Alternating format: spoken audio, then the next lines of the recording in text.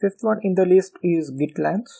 I think this extension is a boon for developers who don't know exact command to perform Git experience or are using third-party tools such as SourceTree for that. With GitLens, you can not only perform all the Git operations within the VS Code, but it also supercharges your Git experience with features like Git blame or Git merge. So let me show you how.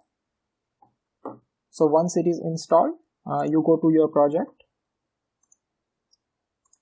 and let's say I opened up this file, and when I hover over this line, you will see that it gives us some information like who has changed the content of this line, when it has been changed, and whether it is committed or not.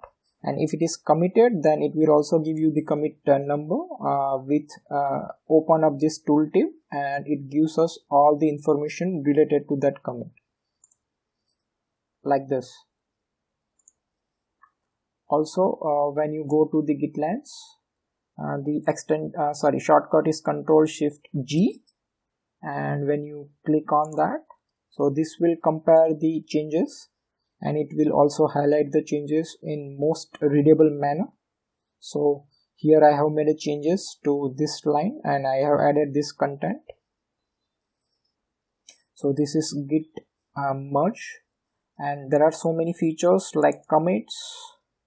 You will get a list of repositories, file history, branches, remotes if any, stashes that you have made, and the tags. I hope you like this feature.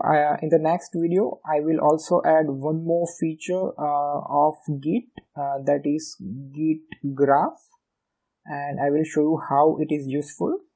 So stay tuned.